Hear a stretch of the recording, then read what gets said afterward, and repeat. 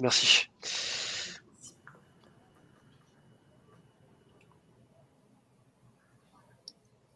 On est bon, je crois. Bonjour à tous. Bonjour. Alors, je crois qu'on est live, je crois que c'est OK. Bonjour Charlotte, bonjour Marie. Bonjour à tous ceux qui nous rejoignent. N'hésitez pas dans le chat à nous dire peut-être d'où vous nous rejoignez. Moi, je suis du côté de Puteaux, en région parisienne. Et on va pouvoir démarrer d'ici quelques minutes.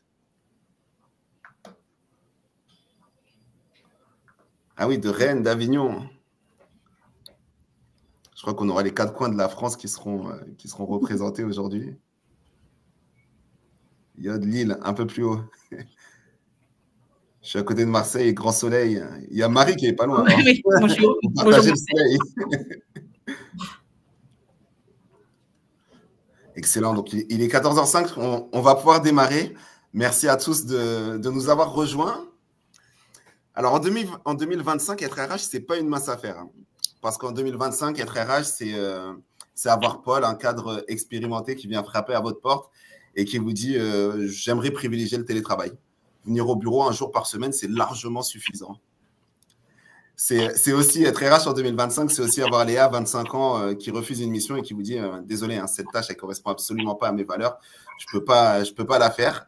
Alors que son N+1 qui lui est en poste depuis 20 ans va s'agacer un petit peu et dire ouais, mais à mon époque, on ne choisissait pas, hein, on faisait ce qu'on nous demande. C'est aussi avoir à gérer Alan, un expert métier brillant, mais sans fibre managériale réelle, qui aimerait une promotion, il aimerait évoluer. Et l'entreprise aimerait retenir ce talent. Hein. Mais bon, est-ce qu'un bon expert fait forcément un bon manager? Pas sûr.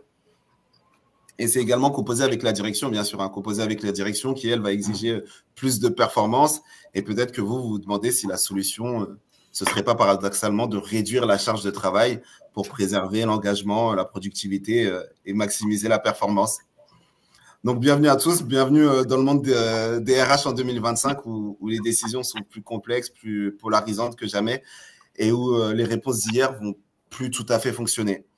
Et justement, on est là aujourd'hui ensemble pour pouvoir explorer, pour pouvoir débattre et que vous puissiez repartir avec une vision claire sur ces dilemmes, avec des clés pour pouvoir mieux décider au sein de vos propres organisations. Et avec nous, on a 2 experts psychologues du travail qui vont nous apporter un éclairage scientifique et des retours d'expérience terrain. Donc, je vais laisser Charlotte et Marie se présenter. Oui, bien sûr. Je m'appelle Charlotte, je suis psychologue du travail. Je travaille depuis 4 ans maintenant en collaboration avec Positive View pour des conférences entreprises, des webinaires comme aujourd'hui et puis aussi des cellules de soutien individuel au travail. Donc voilà qui je suis dans les grandes lignes et je vais laisser la parole à Marie. Merci Joshua et bonjour à tous. Je suis effectivement psychologue du travail. Alors moi, j'ai tout d'abord eu un parcours dans les RH en tant que RH auprès de cabinets de chasse de tête et d'entreprises, notamment dans la pharmacie. Puis, je suis revenue à l'accompagnement, proche de ma casquette de psychologue du travail, avec un accent fort, notamment depuis la pandémie, sur l'accompagnement, sur le bien-être au travail ou la souffrance, ça dépend dans quel sens on le prend. Donc, je travaille beaucoup, même si je fais du conseil et de la formation, je travaille beaucoup aujourd'hui avec des particuliers et des salariés d'entreprise, soit en individuel, soit en collectif. Donc, pour résumer, je suis plutôt une praticienne qu'une théoricienne. Donc, lors de cette conférence, je vais essayer de vous apporter des exemples un peu généraux, parce qu'on n'a pas non plus 3 heures, mais des exemples d'expérience et des retours d'expérience. Donc moi-même, je suis Joshua, Head of Sales chez Positive View. Donc Positive View, on est une startup qui œuvre pour démocratiser, rendre accessible et intervenir sur les sujets liés à la QVCT, mais aussi à la santé mentale, au bien-être et aux soft skills des collaborateurs via la psychologie. Et je vous propose qu'on découvre le programme tout de suite. Alors, dans un premier temps, on abordera la place et les enjeux que la QVCT a aujourd'hui en 2025. Qui est forcément central, hein, parce que lorsqu'on parle d'attraction et de rétention de talent, lorsqu'on parle d'engagement des collaborateurs, lorsqu'on parle de performance et bien sûr de compétitivité des entreprises, la QVCT est clairement au cœur des débats. Et avant justement de pouvoir lancer donc les 5 débats qui suivront sur les questions qui divisent les RH en 2025, je vais pouvoir laisser la parole à Marie qui nous présentera directement les enjeux de la QVCT en 2025. Alors, je vais laisser les enjeux à Charlotte. Je vais peut-être faire une présentation déjà de la QVCT pour qu'on sache bien de quoi on parle. C'est vrai qu'aujourd'hui, c'est vraiment un enjeu important et impératif en 2025 pour les organisations et donc les RH, car pour résumer, notamment avec bien évidemment tout ce qu'on sait, hein, c'est-à-dire l'évolution du travail et l'évolution du rapport au travail, hein, qu'on connaît et qu'on va connaître encore plus. Mais pour résumer, la QVCT, la QVT, hein, anciennement, certainement que vous savez tous qu'avant 2021, c'était la QVT, c'est, je dirais, une démarche collective et collaborative qui vise à l'amélioration du bien-être, mais aussi, parfois on l'oublie, à l'amélioration de la performance. Hein. Donc la QVT ou la QVCT, c'est vraiment mettre en place des démarches avec, en finale, des actions pour trouver le bon dosage selon les contextes entre la santé et la performance. C'est aussi, je pense qu'il ne faut pas l'oublier, avant tout une discussion sur le travail. Hein, c'était au cœur de la demande des partenaires sociaux quand les accords ont été signés en 2013 et en 2021. C'est vraiment une discussion sur le travail et sur aussi la représentation du travail. Donc, je laisse la parole à Charlotte. Oui, du coup, la QVCT, on va voir que, bien sûr, c'est aussi des bénéfices à court terme. Donc, une amélioration du climat social, la motivation, le bien-être accru des salariés, la réduction du stress, des conflits internes et des arrêts maladie. C'est aussi des bénéfices à long terme, donc la fidélisation des talents, la réduction du turnover, une meilleure image employeur, l'innovation et l'amélioration continue des performances. Ça va avoir de fait un impact direct sur l'engagement. Donc, un salarié épanoui et plus investi dans ses missions et plus enclin à contribuer à la réussite de l'entreprise, ça paraît évident, hein, bien sûr. Et puis, un impact sur la productivité. 4,6 fois plus d'employés engagés dans les organisations qui déploient une démarche QVCT. Donc, ces points soulignent vraiment l'importance et l'urgence de mettre en place des politiques QVCT au sein des structures pour préserver, bien sûr, la santé mentale des collaborateurs, mais aussi, en fait, l'impact moyen terme, long terme de toutes ces actions vont avoir sur l'organisation de manière générale, sur la satisfaction, l'engagement des salariés au travail. Et donc, on va pouvoir aborder ensuite directement les 5 questions de QVCT qui vont pouvoir animer les débats. Donc, notamment en premier lieu, on va pouvoir aborder le télétravail. On va pouvoir aborder la charge de travail également. On aura l'occasion d'aborder le soutien psychologique, les attentes des jeunes talents. Et enfin, bien sûr, la promotion via les soft skills ou la performance. Mais je tiens à signaler, effectivement, vous faites partie du débat, donc n'hésitez pas à poser vos questions, n'hésitez pas à interagir également dans le chat et à nous poser vos questions. Et donc, on va pouvoir lancer tout de suite le premier débat, donc le télétravail. Hein. Aujourd'hui, le télétravail, c'est une question qui est centrale dans les réflexions des RH, parce qu'il y a certains salariés qui ne sont pas prêts à rejoindre une entreprise qui n'a pas une politique de télétravail ou qui ne propose pas de jours de télétravail. On voit qu'il y a d'autres entreprises qui, au contraire, font marche arrière et rétropédalent sur le télétravail, en disant que la performance était meilleure lorsque les collaborateurs étaient en présentiel, soit en full-time ou du moins plus souvent. Et c'est également un réel enjeu de recrutement. Aujourd'hui, Charlotte ou Marie, quel regard vous avez sur ça ? C'est vrai que, en fait, au niveau du… Alors, je vais remettre la slide. Hop. Au niveau du télétravail, le Covid a largement en fait accéléré la dynamique du télétravail au sein de la culture d'entreprise. Donc, on en parlait un peu comme une révolution du travail, mais la réalité, elle est un petit peu plus nuancée finalement. C'est ni une solution miracle, ni un ennemi de la performance. En fait, ce qu'il faut rappeler avant tout, c'est que le télétravail, ça reste un outil. Donc, la vraie question, c'est pas télétravail ou pas télétravail, mais c'est comment l'utiliser intelligemment. Les études récentes, elles nous montrent en majorité que lorsque ce télétravail est bien cadré, ça vient augmenter la productivité et réduire l'absentéisme. Mais il y a un mais, il y a toujours un petit piège parce que si on finit par compresser le travail sans organiser les tâches, que le management n'est pas adapté aussi au télétravail, on va finir par intensifier des journées, générer du stress et créer un genre d'effet boomerang. Donc, d'un point de vue psychologique, ici, la clé, c'est plutôt l'équilibre entre l'autonomie et le cadre. Donc, savoir donner de la flexibilité, oui, dans le télétravail, c'est donner cette flexibilité, cette autonomie, mais avec des rituels qui restent collectifs et un vrai travail sur la gestion des priorités. Ce télétravail, il va fonctionner quand il est accompagné d'une culture managériale qui est basée sur la confiance, l'efficience, non pas sur la surveillance.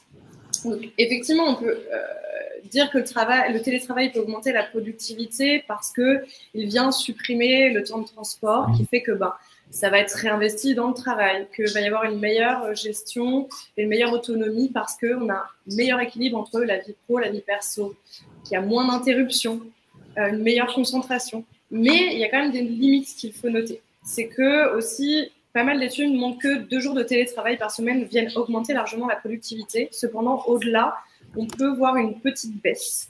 Donc, l'efficacité de ce télétravail, elle va aussi dépendre de la préparation de l'entreprise, de comment, en fait, elle amène cet outil, comment les managers viennent en parler, comment aussi ils accompagnent pendant les périodes de télétravail. Et puis, l'environnement de travail à domicile aussi. Donc, moi, c'est ce que je pourrais en dire. Je suis complètement alignée avec ce que tu dis, Charlotte. Tu as dit déjà beaucoup de choses, mais ce que je pourrais rajouter, c'est que, alors pour moi, à la base, le télétravail est vraiment un outil ou un levier, en tous les cas, avec les gens que je reçois, qui sont plutôt dans la catégorie 30, on va dire, ou même 20, 40, 45 ans. Le télétravail est vraiment un outil vraiment motivant. Hein. On sait qu'à 80%, les jeunes veulent du télétravail. C'est vraiment un outil, un levier de motivation important. Et on sait aussi par ailleurs que si on définit la performance, elle repose sur 3 piliers fondamentaux qui sont bien sûr les compétences, savoir tenir son poste, la motivation, donc avoir envie de tenir son poste, et puis les conditions de travail. Donc, par rapport à ça, je crois que le télétravail peut être un levier très intéressant en termes de performance. Mais bien évidemment, ça dépend de comment il est mis en place, comme tu le disais, pour éviter la surcharge. Alors, tu parlais il y a les conditions pour les mettre en place, et je crois que c'est les entreprises, enfin, c'est mon point de vue, c'est peut-être avec un regard un peu sur un petit bout de la lorgnette, mais de mon point de vue aussi, si les entreprises reviennent sur le télétravail, c'est qu'il y a aussi une autre notion qui est l'appartenance. Hein. Donc, on s'aperçoit que notamment quand j'ai des personnes qui sont nouvellement dans une entreprise, nouvellement dans une équipe et qui connaissent pas leur équipe, au bout de 2-3 mois, ils la connaissent que par visio, hein, ça pose forcément un problème. Hein. Si le collaborateur ne vient pas régulièrement à l'entreprise, ça pose un problème. Sans parler des problématiques d'isolement, hein, il y a cette problématique pour moi d'appartenance, hein, qui est du point de vue de cette fois-ci de l'entreprise. Donc, c'est peut-être pour ça aussi que les entreprises reviennent, hein, hormis la partie performance. Et donc, du coup, oui, et depuis longtemps, on l'avait évoqué, la solution hybride semble être la meilleure solution. Avec bien sûr, en faisant attention également à qui on fait télétravailler. Hein, donc, il faut que les postes soient télétravaillables, entre guillemets. Et donc, la question, comme tu le disais, c'est surtout comment structurer intelligemment ce télétravail, comment l'organiser, comment le communiquer aussi, et puis tenir compte des besoins de l'entreprise et des salariés. Complètement. Merci pour cet éclaircissage sur ces points. Charlotte, Marie, j'ai entendu des mots qui sont importants lorsqu'on parle de télétravail à retenir pour les RH. On a entendu parler de culture, on a entendu parler de responsabilité, donc des personnes qu'on va mettre en télétravail. On a entendu parler d'hybride. Aujourd'hui, si les RH devaient retenir 2 mots, si vous aviez 2 mots chacune que les RH devraient retenir lorsque les questions de télétravail se posent, ce seraient lesquelles ? Moi, j'ai autonomie parce que je pense qu'on ne peut pas travailler en télétravail si on n'a pas un poste avec un certain niveau d'autonomie. Hein. Donc, l'autonomie, ça me vient tout de suite. Vas-y, Charlotte, j'en cherche un deuxième. Autonomie, je suis d'accord avec toi, mais aussi la confiance, en fait, de ne pas tomber dans le piège d'une trop grosse surveillance. Donc, vraiment aussi pouvoir se dire, si j'autorise, si je m'engage, si l'organisation, en tout cas, s'engage à mettre en place du télétravail, c'est aussi qu'un climat de confiance doit régner. On ne doit pas mettre en place une surveillance qui va être accrue, où la personne va se sentir OK en télétravail avec cette autonomie et cette liberté, mais pour autant épiée. Je pense que ça, c'est important et ça peut être délicat, effectivement. On peut vite déborder parfois sur une sursurveillance. Et je pense qu'il faut être vigilant là-dessus, justement. Et un deuxième mot me vient à l'esprit, c'est management, parce que je pense qu'effectivement, pour avoir formé un peu des managers, on manage pas à distance comme on manage en présentiel. Et si le télétravail, il faut peut-être rappeler que le télétravail, la loi sur le télétravail date de 2012, donc il n'est pas d'aujourd'hui. C'est le Covid qui a accéléré les démarches. Et donc, du coup, s'il n'a pas pris de 2012 à 2020 et quelques, c'est bien, à mon avis, pour des problématiques de confiance, donc tu évoques, mais aussi des problématiques de comment je manage mes ressources quand elles ne sont pas sollicitées. Super, merci. On retiendra confiance, autonomie, management, culture. On va pouvoir justement passer au second débat sur le soutien psychologique. Et d'ailleurs, la grande cause nationale de 2025, c'est la santé mentale. C'est ce qui a été mis en avant par le gouvernement. On va pouvoir se questionner ensemble sur quelle place justement a la santé mentale dans le mode pro. Et on observe que d'une part, il y a certaines directions qui estiment que le soutien psychologique, ça relève du privé et qu'ils n'ont pas forcément à aller sur ce terrain-là. On a d'autres entreprises qui conçoivent la santé mentale un petit peu comme la santé physique, en se disant qu'on aime mettre en place des bénéfices à nos collaborateurs. On aime mettre en place, par exemple, peut-être un abonnement à une salle de sport ou autre pour favoriser la santé physique. Et ils se disent, on va faire la même chose sur la santé mentale en donnant accès, par exemple, à du soutien psychologique en entreprise. Et aujourd'hui, c'est une question qui divise. Quel est le rôle de l'entreprise? Quelles sont les attentes aussi des salariés sur ces sujets? Quel retour vous pouvez nous faire? Alors, je vais peut-être prendre la parole, si tu me permets, Charlotte. Oui, Marie, bien sûr. Alors, moi, comme je disais, je suis plutôt praticienne que théoricienne, et dans ma pratique, j'ai envie de dire que je suis plutôt pour la deuxième option, et que bien sûr, l'entreprise doit proposer des cellules d'écoute, des plateformes de soutien psychologique, mais elle doit bien sûr ne les proposer, mais non pas imposer. Bien évidemment, par rapport aussi à la déontologie de notre métier, pour que ces cellules et ces plateformes marchent, il faut qu'on respecte la confidentialité, il faut qu'on respecte la liberté. Donc, je pense que pour que ça marche, il faut vraiment qu'il y ait une communication assez importante sur le fait que ces cellules ou ces plateformes sont des ressources libres et que c'est vraiment indépendant de l'entreprise et que c'est traité idéalement par des consultants extérieurs. Moi, si j'ai un petit exemple à donner, je travaille sur 2 entreprises, une très grosse sur un site où je suis en face à face, où la cellule est déjà installée, donc il n'y a pas trop de soucis.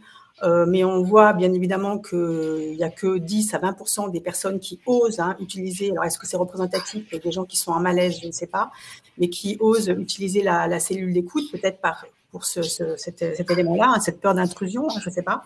Mais en tous les cas, on sait très bien que il n'y a qu'un pourcentage de gens, mais déjà c'est bien. Si on sauve une personne, c'est déjà très bien. Et par ailleurs, je travaille dans une petite PME de 100 personnes où là je suis en visio et où on a eu du mal à faire en sorte que les gens viennent consulter la cellule. L'analyse qu'on a faite, c'est effectivement qu'il y avait ce besoin qui n'était pas généralisé, heureusement, bien évidemment, mais aussi le fait que la communication avait été trop axée, déjà trop top-down, trop axée, trop faite par la direction, trop étiquetée direction. Et puis, la communication avait été assez théorique avec des notes de direction, etc. Donc, on a décidé, lors d'une fermeture de l'entreprise, ça tombait bien, de faire des communications de proximité. Donc, j'ai pris mon bâton de pèlerin et j'ai été communiquer sur qu'est-ce que la cellule d'écoute, à quoi ça sert, comment ça s'organise, combien de temps ça prend, le fait que ce soit vraiment en direct avec moi, complètement confidentiel, qu'il n'y avait aucun élément individuel qui était rebasculé sur l'entreprise, simplement des éléments très généraux. Et donc, ça a permis de débloquer les choses et puis de faire en sorte que les personnes qui avaient vraiment envie et besoin puissent nous contacter. Et on a eu un démarrage de consultation. Ouais, c'est vraiment intéressant ce que tu dis, Marie. Et c'est vrai que moi, je te rejoins largement sur le fait que les salariés doivent, les collaborateurs doivent percevoir le soutien psychologique, non pas comme une obligation, mais un droit, en fait. Quand une entreprise, elle vient imposer des démarches, ça va générer forcément de la méfiance. Donc, aujourd'hui, je pense que offrir ces cellules-là dans les organisations, c'est quelque chose qui est, pour moi, essentiel. Parce qu'aujourd'hui, effectivement, on a ce rapport-là à la santé mentale et au bien-être qui évolue largement et finalement, on passe beaucoup de notre temps, de notre vie au travail et d'être vu de manière un petit peu intégrative, holistique, c'est très intéressant. Et ces dispositifs, ils fonctionnent bien mieux quand ils vont offrir des accès qui vont être confidentiels et volontaires. Et je pense que ça, c'est vraiment important parce que d'insister là-dessus. Le fait de en fait, valoriser le fait qu'il y a ce soutien-là, mais pas de l'imposer. C'est une question en fait de posture, je pense, pour les entreprises et la manière dont les personnes doivent le diffuser à l'intérieur de l'entreprise. Faire attention vraiment à la posture qu'ils utilisent.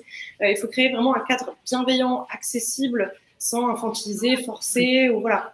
En somme, que ce soit, comme tu l'as dit justement d'ailleurs, Marie, une ressource et pas un surveillant.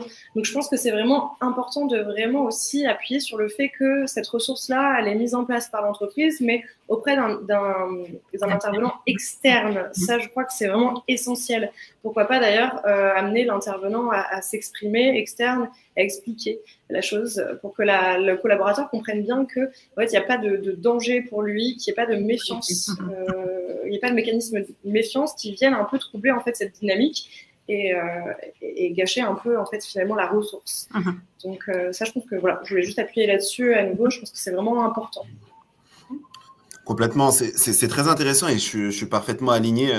Je suis parfaitement aligné lorsque vous dites que l'entreprise doit se retirer un petit peu aussi pour laisser la place justement à ce type de dispositif, de pouvoir avoir l'adhésion auprès des collaborateurs. Et il y a Laetitia dans le chat qui nous dit sur le soutien psy, il y a un travail de visibilité à faire auprès des managers et qu'il faut déconstruire les représentations sur ce qu'est la santé mentale. Et je suis parfaitement aligné. Je vais même aller un petit peu plus loin dans le sens où on a vu, nous, dans les dispositifs où ça fonctionnait bien, souvent le dispositif de soutien psychologique était mis en avant, mais le premier rapport qu'allaient avoir les salariés avec le psychologue, il allait être autre. Parfois, ça va être le fait d'organiser une conférence sur une thématique comme le sommeil ou comme la gestion du stress ou encore d'autres thématiques, mais qui font écho aux enjeux et aux réalités que les salariés connaissent. Et ça leur permet d'avoir un autre rapport par rapport à la psychologie parce que c'est animé par un expert psychologue du travail, donc psychocoach, et ils se disent « Ah, mais au final, c'est vrai qu'on a abordé cette thématique, mais l'angle, il était plutôt super intéressant, c'était plutôt agréable. » Et ça donne en plus ça donne plus envie d'aller un petit peu plus loin sur l'aspect individuel et de soutien psy. Donc, je suis d'accord, c'est vraiment un travail d'équipe à faire entre la direction, entre le partenaire et de manière à embarquer les collaborateurs et à garantir la confidentialité et l'anonymat. J'ai l'impression que c'est un petit peu les mots-clés qu'on retiendrait de ce débat, confidentialité, anonymat, accompagné, adhésion. Je ne sais pas lesquels vous auriez mis en avant, Marie et Charlotte, pour clore le deuxième débat sur le soutien psychologique. Oui, c'est pas mal à mon sens ce que tu as mis en avant. Ouais, communication, psychoéducation. Oui. Eh bien, on va pouvoir rentrer tout de suite dans le troisième débat. Est-ce que les attentes des jeunes talents vont venir déséquilibrer les entreprises? On a un DRH qui nous confie récemment qu'il avait des managers baby boomers qui avaient un peu de mal à encadrer les jeunes générations. Il comprenait pas assez les besoins des jeunes générations. Il comprenait pas la quête de sens qui était aussi au cœur des débats, la quête de sens, le besoin de feedback incessant. Et donc, on voit bien qu'il y a une différence un petit peu sur le prisme, sur le rapport au travail entre les générations. Comment est-ce qu'aujourd'hui, Charlotte, Marie, je vous pose la question, comment aujourd'hui on peut répondre pleinement aux attentes des nouvelles générations sans pour autant créer d'injustice, un sentiment d'injustice qui serait perçu entre les autres générations, et comment on arrive à bâtir au contraire une culture d'inclusion intergénérationnelle pour éviter d'avoir une entreprise qui soit segmentée entre les différentes générations, mais au contraire bâtir une culture globale qui inclut tout le monde. Eh bien, je pense que cette question, elle est assez complexe. Bien sûr, il n'y a pas de méthode universelle, hein, on est bien d'accord. Cependant, c'est vrai que les biais intergénérationnels, ils ne sont pas évidents à gérer et ils mènent souvent à des tensions. Les jeunes sont trop exigeants, les seniors sont trop rigides. Donc, on voit qu'il y a pas mal de stéréotypes qui tournent autour de ces tensions et qui ressortent pas mal. Alors qu'en réalité, ce qui est important de se souligner, je pense, c'est que en fait, ça traduit en fait une évolution assez naturelle des attentes en fonction des générations. Donc c'est vrai qu'on va voir que les boomers vont, de manière générale, être plutôt axés sur des valeurs au travail de stabilité, de sécurité. La génération X, ça va être plus l'autonomie, la flexibilité. Les millennials, ça va être plutôt l'équilibre et l'impact social. Gen Z, inclusion, valeur, feedback rapide, etc. Donc, on voit que c'est surtout pas les mêmes besoins fondamentaux qui vont être recherchés dans le travail. Et c'est vrai que aujourd'hui, les jeunes talents vont rechercher beaucoup plus de flexibilité, de reconnaissance, de sens. Ils cherchent plus seulement un salaire ou une sécurité, mais un environnement qui va respecter vraiment leur équilibre pro-perso, leur équilibre de vie. Et on voit d'ailleurs que c'est une tendance vraiment de fond, hein, 75% des 18-35 placent la qualité de vie au travail en premier plan. Donc c'est hyper important. Cependant, ça ne veut pas dire qu'il faut mettre les attentes, les besoins des plus anciens de côté, des seniors. Donc l'erreur, ce serait surtout de tomber, je pense, dans une opposition jeune vs senior. La vraie question ici, c'est comment créer un cadre qui va fonctionner pour tout le monde. Donc vraiment avoir une approche qui va être inclusive. Et pour ça, il y a des solutions qui peuvent être mises en place. Déjà, ça peut débuter par un mentoring croisé. Moi, je trouve particulièrement pertinent et intéressant parce que ça permet en fait aux générations d'apprendre à se connaître et à se comprendre un petit peu mieux.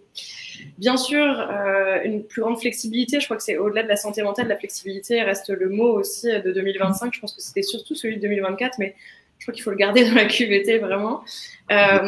Pour éviter en fait d'imposer un modèle unique, d'arriver à être le plus flexible possible dans la mesure du possible, parce que les entreprises qui vont jouer cette carte de l'inclusion intergénérationnelle sont souvent celles qui vont performer le mieux.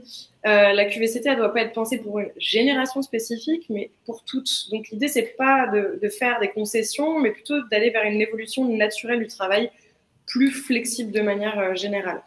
Voilà ce que moi j'aurais envie d'en dire. Qu'est-ce que tu en penses, Marie? Oui. Donc moi, pour moi, l'enjeu, c'est effectivement, pour résumer un petit peu ce que tu as dit, pour moi, l'enjeu, c'est vraiment de recréer du dialogue social et de faire travailler, hein, de se poser la question de comment faire pour que les gens vivent ensemble, plutôt que de plaquer, bien sûr, de trouver des solutions qui sont à la fois pour les plus âgés et les plus jeunes, si on va vite. Mais surtout mettre en place des solutions pour que les gens se comprennent mieux, pour qu'on comprenne que on a des besoins de vie différents selon si on est en début de carrière ou en fin de carrière, et qu'avec ce qui se passe dans notre société, les jeunes ont peut-être d'autres envies que nous, donc faire en sorte que chacun se comprenne mieux.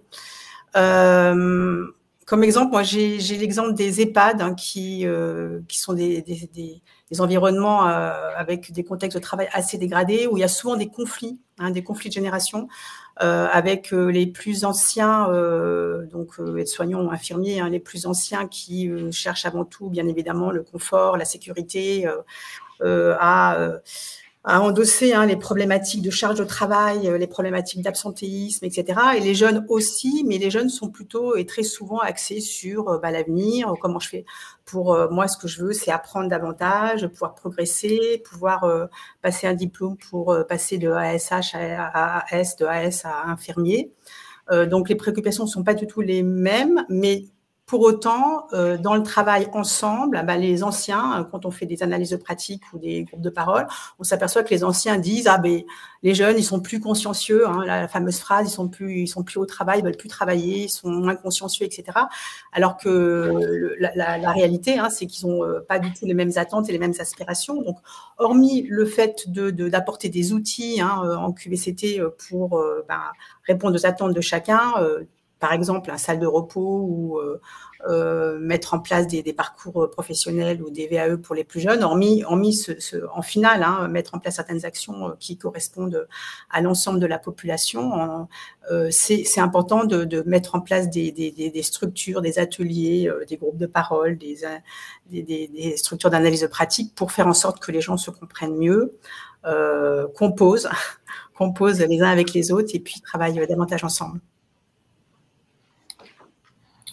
Oui, tout à fait.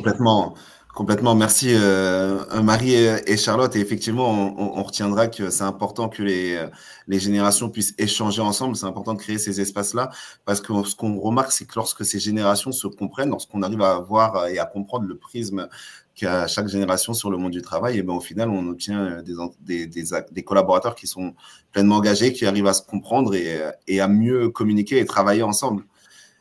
Et il y a Séverine dans le chat qui dit qu'il semble que les jeunes ont besoin de plus de changements que les seniors. Et que... Ils sont plus impatients aussi, ils sont plus impatients. Il y a une impatience, il y a une envie d'apprendre, il y a effectivement... Complètement, cette envie d'évoluer plus vite qui est évoquée par Séverine, complètement, on le retrouve directement. Et pour passer au débat numéro 4, enfin juste avant de passer au débat numéro 4, quels sont les deux mots qu'on laisserait nos amis RH retenir? Mentoring croisé, moi je pense que c'est bien ça déjà. Excellent.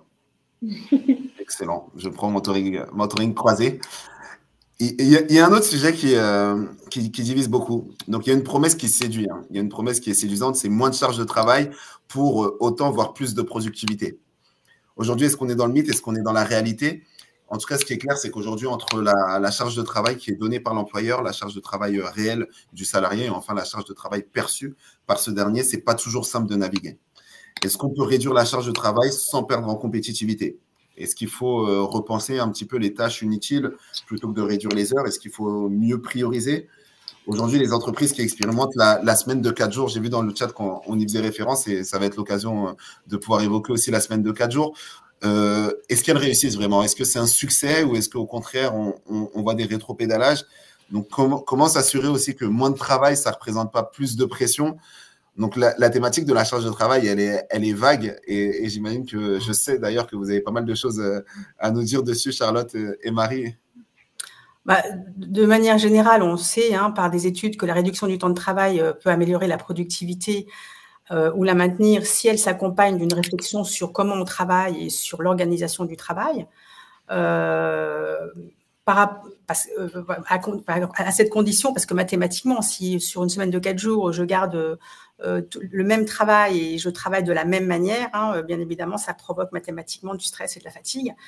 Donc ça, on sait qu'il y a quand même la possibilité d'être productif sur une semaine de 4 jours. Après, la problématique, c'est certainement, encore une fois, la manière dont je vais l'organiser, la manière dont je vais le présenter, la maturité aussi de l'entreprise. Donc, il y a un grand rôle du management dans ce type de configuration, une semaine de 4 jours. Je n'ai pas beaucoup d'exemples personnels sur la semaine de 4 jours parce que je pense que ce n'est pas encore très développé, mais ce que je crois, c'est que c'est quand même aujourd'hui plutôt des entreprises avec une culture entre guillemets jeune, une culture assez autonome, donc des petites sociétés ou des PME, petites et moyennes sociétés, ou assez réactives, du style start-up, entreprise à mission, conseil, etc., où il y a vraiment une culture ad hoc, parce que je pense qu'il faut savoir travailler plus efficacement. Néanmoins, bien sûr, on peut apporter des outils, comme tous les outils sur la gestion du temps, identifier par exemple les time killers, faire des réunions plus efficaces et moins longues, travailler sur les biorhythmes, travailler sur les techniques comme la méthode Pomodoro, ce genre de choses, pour essayer de travailler sur la concentration, etc. Donc, je pense qu'il y a des choses à faire pour effectivement travailler sur 4 jours et avoir la même productivité, mais il y a un cadre, il y a à mon avis des règles à mettre en place de manière très très stricte. Il y a aussi une volonté, il y a aussi un cadre juridique. Ça veut dire qu'il faut faire des avenants, signer des avenants, que tout le monde soit d'accord, ou plutôt aussi signer des accords, signer des accords d'entreprise. Donc c'est un sujet, on va dire, oui, la semaine de 4 jours, on peut être productif, mais à condition, encore une fois, de ne pas le faire n'importe comment, sinon ça peut être, je dirais, dangereux. Et je rajouterais juste, avant de te donner la parole, Charlotte, c'est le fait que, de mon point de vue, mais ça c'est juste parce que je n'ai pas encore trop vécu, c'est un terme d'exemple, mais de mon point de vue, c'est quand même quelque chose qui devra de toute façon se mettre en place avec l'évolution, la transformation des métiers, avec l'arrivée de l'IA, où on va certainement être obligé dans certains contextes d'entreprise le mettre en place. Mais c'est peut-être pas adapté à tous les profils. Beaucoup de com, des profils autonomes, un accord d'entreprise. Donc, il y a quand même des précautions, j'ai envie de dire, à prendre pour installer cette semaine de 4 jours et travailler sur la charge de travail. Oui, complètement. Je te rejoins, Marie. C'est toujours pareil, il n'y a pas de solution universelle. Et puis, c'est surtout plus dans la manière dont ça va être mis en place. C'est en fait les limites, le cadre, le contexte dans lequel on va l'intégrer. Parce que c'est vrai qu'aujourd'hui, on peut voir sur plusieurs études, il y en a une qui a été faite UK et l'autre Japon, si je ne dis pas de bêtises, il me semble bien, sur l'expérimentation de la semaine de 4 jours. Sur celle qui a été faite en UK, on voit une baisse quand même de 65% du burn-out. Et une productivité qui a été stabilisée, voire augmentée. Il y a eu un grand, UK et Japon, oui, c'est ça. Et Japon, je ne sais plus exactement les résultats, je les ai plus en tête comme ça, mais donc effectivement, les études, elles sont très récentes, 2023-2024, donc c'est quand même assez récent, donc je pense que ça mérite à être encore réfléchi, à voir comment l'intégrer. En tout cas, ce qui est assez intéressant dans cette question, dans tous les cas, c'est que réduire la charge de travail ne diminue pas forcément la productivité, bien au contraire. Et ça, je pense que c'est quelque chose qu'on sait déjà un peu tous, parce que ce qui impacte la performance, c'est l'intensification du travail, pas le temps de travail en soi. Et comme tu l'as dit, ce qui va être important, ça va être surtout en fait de s'atteler à prioriser intelligemment, simplifier les tâches qui vont être inutiles, clarifier les objectifs, éviter les réunionites, parce que ça, c'est pareil, ça c'est largement développé. Très facile, adapter les rythmes aussi. Ça, c'est important parce que d'un point de vue psychologique, comme je disais, c'est pas un secret là-dessus, je pense qu'on sait tous que, en fait, la surcharge cognitive, ça vient épuiser le cerveau. Donc, si on veut que nos collaborateurs ils soient engagés et efficaces, il faut leur donner de l'air. Les surcharger, ça va faire l'inverse que l'augmentation de la productivité. Je pense que c'est important de rappeler que on a une jauge de ressources cognitives qui est allouée par jour. Et en fait, si on a des tâches qui sont pas claires, qu'on a des tâches inutiles qui nous prennent beaucoup de temps, déjà en fait, la moitié de nos ressources cognitives elles vont être allouées à gérer ça, à gérer le stress qui en découle. Donc du coup, on sera 2 fois moins efficace parce qu'il nous reste 2 fois moins de ressources cognitives pour la journée pour gérer les tâches qui ont besoin de productivité, d'efficience, en fait, de manière générale. Donc, si un salarié se noie sous le travail, bien évidemment, il ne sera pas productif, il sera juste fatigué. Et ça, c'est assez logique aussi.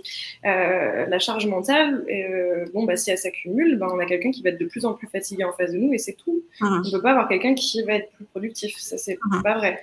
Donc, effectivement, dans ce cadre-là, la semaine de 4 jours peut être intéressante, mais comme le soulignait très habilement Marie, si c'est pour en fait condenser 5 jours de travail en 4, ça va faire l'effet inverse. Donc oui, à condition de vraiment prioriser, clarifier, vraiment faire un sacré ménage à ce niveau-là, quoi. C'est surtout ça qui va être intéressant et peut-être, ce qui va être important aussi dans cette idée, c'est qu'il va falloir passer par une phase forcément d'expérimentation, d'ajustement. Et ça, c'est vrai partout parce qu'il n'y a pas de solution universelle à nouveau. Donc, toutes les mesures dont on a parlé aujourd'hui, elles peuvent être intéressantes, ça c'est sûr. Mais voilà, il va falloir expérimenter, évaluer au sein de l'entreprise de manière concrète avec des feedbacks, des retours, des sondages individuels et surtout anonyme, comment améliorer, c'est vraiment l'amélioration continue des pratiques qui va être importante aussi. Oui, merci Charlotte. Et d'ailleurs, on a un témoignage dans le chat de Pascal qui corrobore en disant que les personnes qui travaillent sur 4 jours sont très contentes et que ça se passe très bien également au niveau de la productivité. Et d'ailleurs, il y a un sondage qui est dans le chat. N'hésitez pas à nous dire si vous êtes pour ou contre la semaine de 4 heures. Quel est votre avis? Et sur le soutien psychologique également, il y a le sondage qui est disponible. N'hésitez pas à nous dire si vous l'avez déjà mis en place, s'il est utilisé ou pas. C'est intéressant. Et je retiendrai de ce débat notamment la jauge. La jauge que tu as évoquée, Charlotte, je pense qu'elle est super importante à retenir. Exactement, la jauge de ressources cognitives. De garder en tête qu'on a une jauge et que c'est super important Quels seraient peut-être, vous, en 2 mots, avant qu'on passe au prochain débat, les mots que vous laisseriez à nos amis RH? Expérimentation. Oui, complètement. Et puis penser de manière logique à ce niveau-là. Hein. On va surcharger quelqu'un. Enfin, nos capacités, elles sont limitées et non illimitées. Donc arrêtez de. Il faut qu'on prenne ça en compte. Et Séverine dit quelque chose dans le chat que je trouve très pertinent, c'est que prendre le temps d'optimiser les process pour décharger les postes et réduire le temps de travail, c'est important. Et que parfois, ça peut être vu comme un rébarbatif, alors qu'en fait, c'est la clé qui permet de réduire en fait, un temps de travail inutile et justement d'arriver sur une vraie productivité. Voilà. Ça nous amène à notre 5e débat. Le 5e débat, donc, qui est celui de la promotion, hein, des soft skills versus la performance. On connaît tous cette histoire. Hein. On a un top performer qui est excellent dans son activité. C'est un super talent qu'on souhaite à tout prix retenir. C'est un talent qui souhaite évoluer, qui veut être promu. Il ne maîtrise pas forcément les soft skills. Il n'a pas forcément à sa disposition toutes les skills pour être un bon manager. Mais en même temps, on veut retenir ce talent. Donc aujourd'hui, quels sont les critères les plus efficaces pour réussir la promotion d'un collaborateur? Est-ce que c'est la performance? Est-ce qu'il faut se baser sur les data et sa performance réalisée, ou est-ce que c'est plutôt sur ses soft skills? Et on répondra à vos questions juste après ce débat.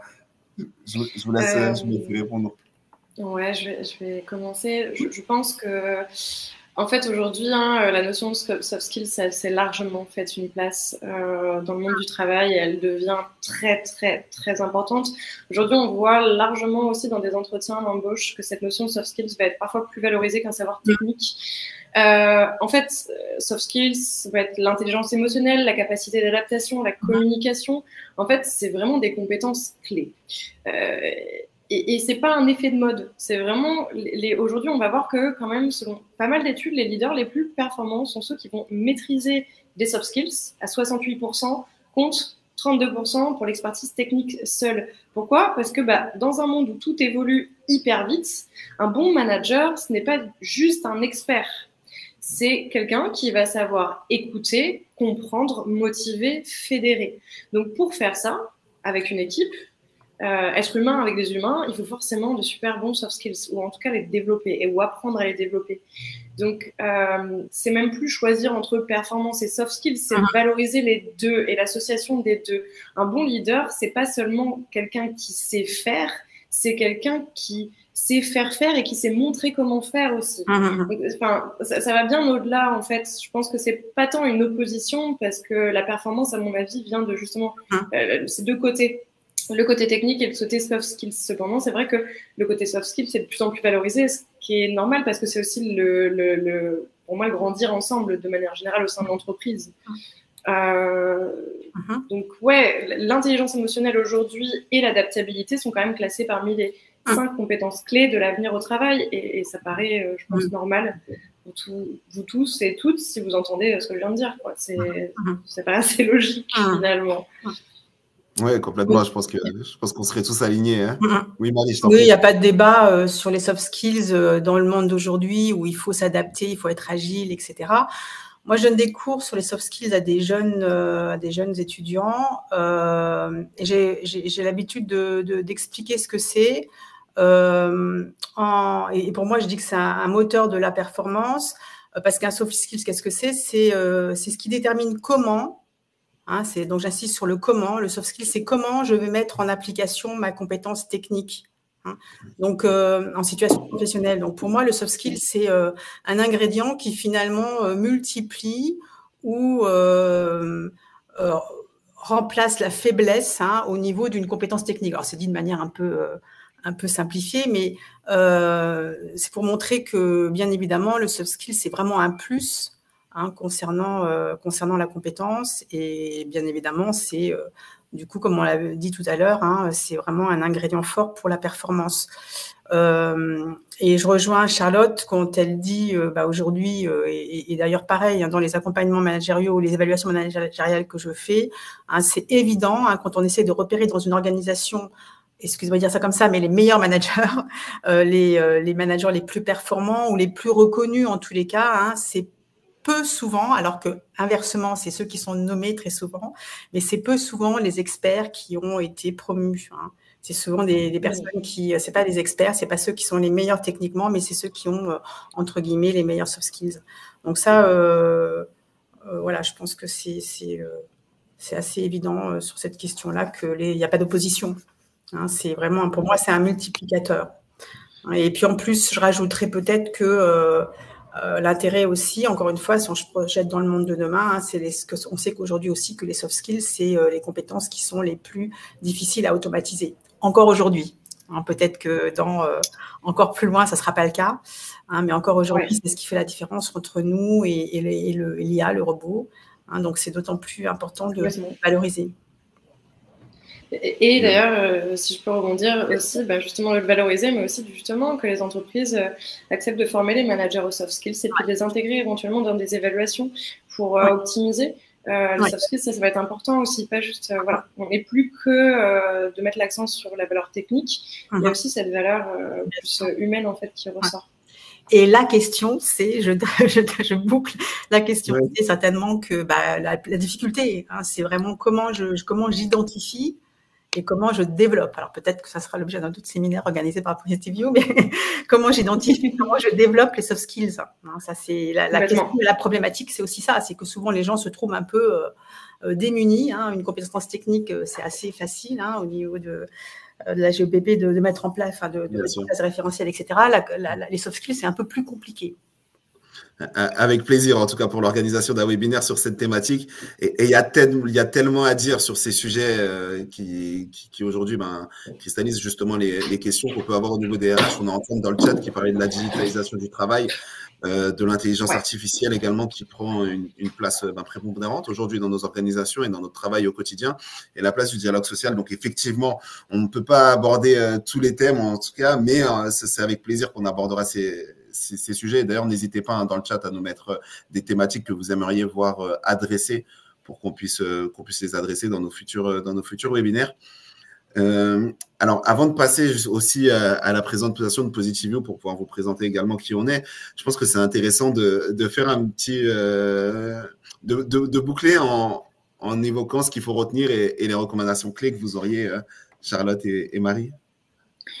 Ouais, effectivement, je pense que ce qui est important de retenir ici, c'est que la QVCT, comme on vient juste de le dire, elle évolue et elle soulève des débats structurants. Il y en a encore plein d'autres à aborder, ça c'est sûr. Et c'est clair qu'en une heure, on n'a pas fait le tour de tous les sujets.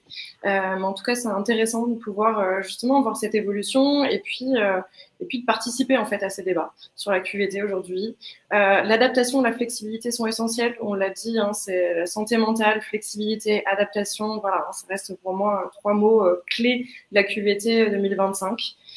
Bien sûr, à nouveau, il n'existe pas de solution universelle. L'idée, c'est d'adapter vraiment les stratégies, ajuster les stratégies selon les entreprises, faire des essais-erreurs, tester, améliorer sans cesse. Voilà pour ce qu'il faut retenir pour la recommandation. Est-ce que tu veux prendre la suite, Marie ? Tu as déjà dit pas mal de choses bien. Moi, ce que j'aimerais rajouter peut-être, c'est que la QVCT, c'est vraiment un vrai projet d'entreprise.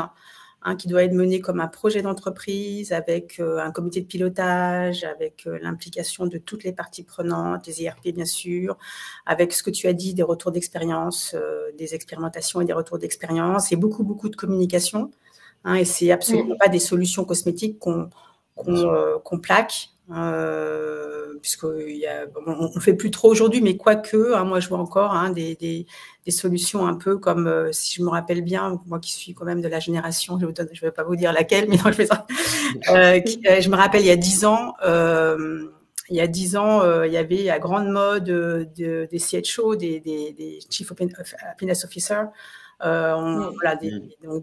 Et beaucoup de gens que j'accompagnais voulaient devenir Chief Happiness Officer. C'était trop bien d'organiser des petits déjeuners, d'organiser des jeux.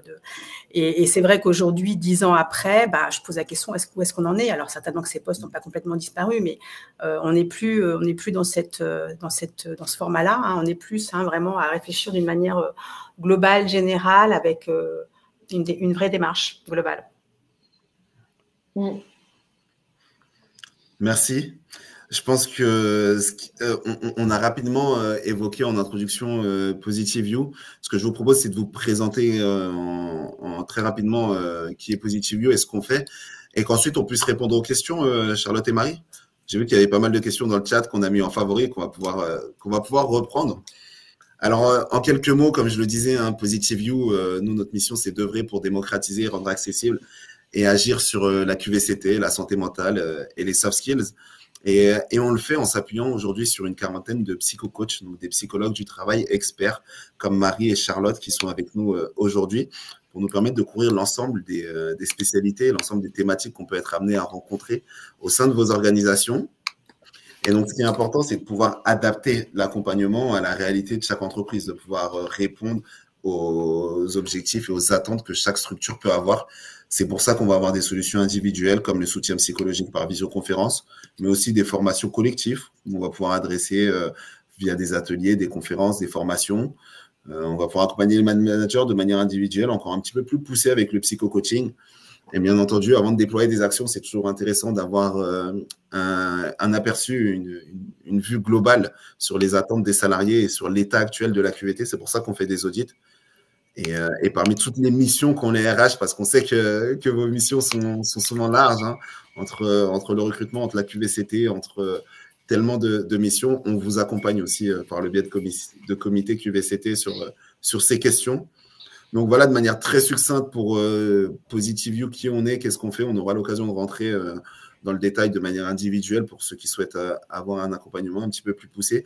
Mais ça peut être intéressant là tout de suite de revenir sur les questions et de pouvoir répondre aux questions des différents participants. Alors, je crois qu'on en a certaines qui ont été mises en favori. N'hésitez pas dans le chat hein, si vous avez des questions. Alors, Laetitia, sur le soutien psy, il y a un travail de visibilité. Effectivement, ça, on l'a évoqué. Il y a Magali qui nous demande un référent handicap peut-il apporter un premier soutien en situation de santé mentale? Alors, oui, il peut apporter un premier soutien, notamment en identifiant les besoins et surtout en orientant aussi, du coup, en deuxième plan, la personne vers les bons interlocuteurs. Parce que ça peut être RH, médecine du travail, dispositif d'accompagnement, et en veillant à l'inclusion des collaborateurs concernés. Cependant, son rôle n'est pas celui d'un professionnel de la santé mentale.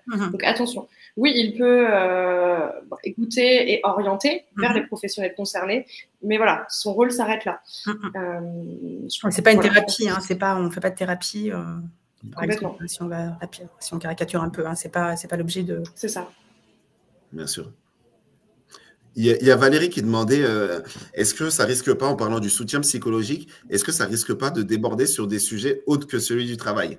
Donc, j'ai ma petite idée aujourd'hui, vu que les sujets perso et pro sont plus liés que jamais en 2025, mais je vous laisse répondre. Que tu veux commencer? Oui. Alors moi, j'ai quand même, moi, j'ai tendance à répondre, hein, même si effectivement on doit rester sur le travail, que c'est difficile que ce soit hermétique. Il n'y a pas de, oui. Il y a une perméabilité, bien évidemment. Hein, c'est là où tu disais, après, on peut orienter sur des professionnels ou aller plus loin dans un autre contexte, mais on peut difficilement mettre une cloison entre le personnel et le professionnel. Donc, c'est pour ça que c'est une approche qui va être intégrative de manière générale. Donc, bien évidemment, si on voit qu'il y a des problématiques qui sont bien plus personnelles, et ben on va orienter certainement vers un clinicien à ce moment-là, ou autre. Là, c'est pour l'exemple. Mais on ne cloisonne pas. Et je pense qu'on est des personnes entières. Et ces deux aspects de nous, de personnalité, parfois, vont cohabiter. Donc, c'est difficile de le dissocier. Donc, oui, il y a forcément du perso qui va intégrer le pro et inversement. Mais nous, on s'arrête à un certain moment et... Bien sûr. Il y a Séverine qui fait un constat intéressant et qui s'interroge. Elle dit, il semble que les jeunes ont besoin de plus de changements que les seniors. Est-ce qu'aujourd'hui, c'est le souhait de nouveaux défis réguliers de la part de ces juniors et est-ce que c'est aussi un besoin d'évoluer plus vite peut-être? Alors, c'est difficile de répondre de manière générale, mais il y a forcément cette idée-là, hein, qui est le fait que plus je change, plus bien évidemment, je peux évoluer. Je peux aussi évoluer en termes de salaire, il ne faut pas l'oublier non plus, parce qu'on a, je pense qu'effectivement, sur qu'est-ce qui est important pour moi dans mon job, moi, ce que j'entends quand même si on l'élude, un premier, c'est quand même le salaire, puis après, c'est l'environnement social, c'est la flexibilité, c'est etc. Mais bien évidemment, il y a aussi quand même une prise de conscience que si je veux progresser, il faut que je change. Moi, dans les gens que j'accompagne, il y a beaucoup ça. Il y a aussi le besoin d'apprendre. On est quand même beaucoup sur ces jeunes générations, sur l'envie de se développer, l'envie d'apprendre. Et puis, je crois aussi que, si je peux rajouter aussi une chose, il y a beaucoup plus de possibilités qu'il y avait auparavant, aussi, que ce soit dans les modes de travail, mais aussi dans l'accessibilité à certains travails. Donc, peut-être ce bénéfice d'avoir, ce luxe d'avoir parfois plus de choix peut peut-être amener à s'autoriser plus de changements, du coup. Parfois, bon, à contrario, ça peut amener aussi à être totalement perdu, parce que quand il y a trop de choix, parfois c'est dur de faire un choix. Mais peut-être plus de facilité. Il y a plus d'éducation aussi. Tester beaucoup plus de choses. Excuse-moi, comment ? Il y a plus d'éducation, c'est-à-dire que les gens sont plus informés, donc ça facilite aussi le changement. Il y a peut-être aussi moins de peur dans certains contextes, malgré tout, même si on est dans un contexte un peu anxiogène en ce moment, il y a quand même aussi moins de peur par rapport à ça. On sait que, parce qu'il y a une éducation plus importante aussi. Merci. Alors, il y a Nathalie qui demande, la QVCT s'applique-t-elle à l'aménagement du poste de travail? Bien sûr. À l'ergonomie, quoi. Oui, bien sûr. Complètement. La QVCT, par rapport à ce qui a été signé au niveau des accords, elle aborde 6 dimensions. Elle aborde les relations de travail, les relations sociales et le climat, tout ce qui est ambiance. Elle aborde le contenu du poste. Elle aborde la santé, bien sûr, ça fait le lien avec les RPS, les compétences, mais aussi sur le contenu du travail, on est sur l'aménagement aussi du poste. Je crois qu'il y a l'égalité aussi, l'inclusion, et puis il y a les temps de travail. Donc, c'est assez large. On ne traite pas toujours toutes ces dimensions, mais dans les accords qui ont été signés sur la QVCT, il y a je crois que c'est l'ANACT. Vous pouvez retrouver ça sur l'ANACT ou sur l'INRS. Voilà. D'ailleurs, vous avez les ressources qui sont mises en avant. Donc oui, bien sûr, le support sera téléchargeable et il y aura un replay. Vous avez pas mal de ressources qui sont mises en avant. N'hésitez pas à aller les consulter pour pouvoir approfondir. Aujourd'hui, on a exploré ensemble les grandes questions, du moins certaines des grandes questions qui traversent les RH en 2025. On a évoqué le soutien psychologique, la flexibilité du travail. On a évoqué l'équilibre intergénérationnel, la charge de travail, la promotion également.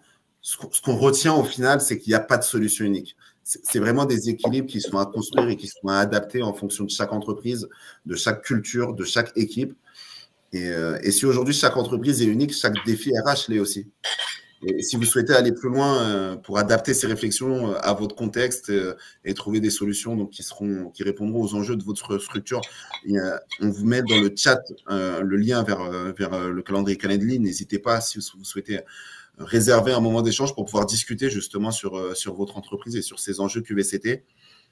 Merci à Charlotte, merci à Marie d'avoir co-animé ce webinaire sur ces questions qui ont été super intéressantes. Je pense qu'aujourd'hui, les RH sont plus que jamais au cœur de la transformation des entreprises et vous faites à la fois un métier d'équilibriste et aussi d'architecte du travail. Donc, merci à vous tous.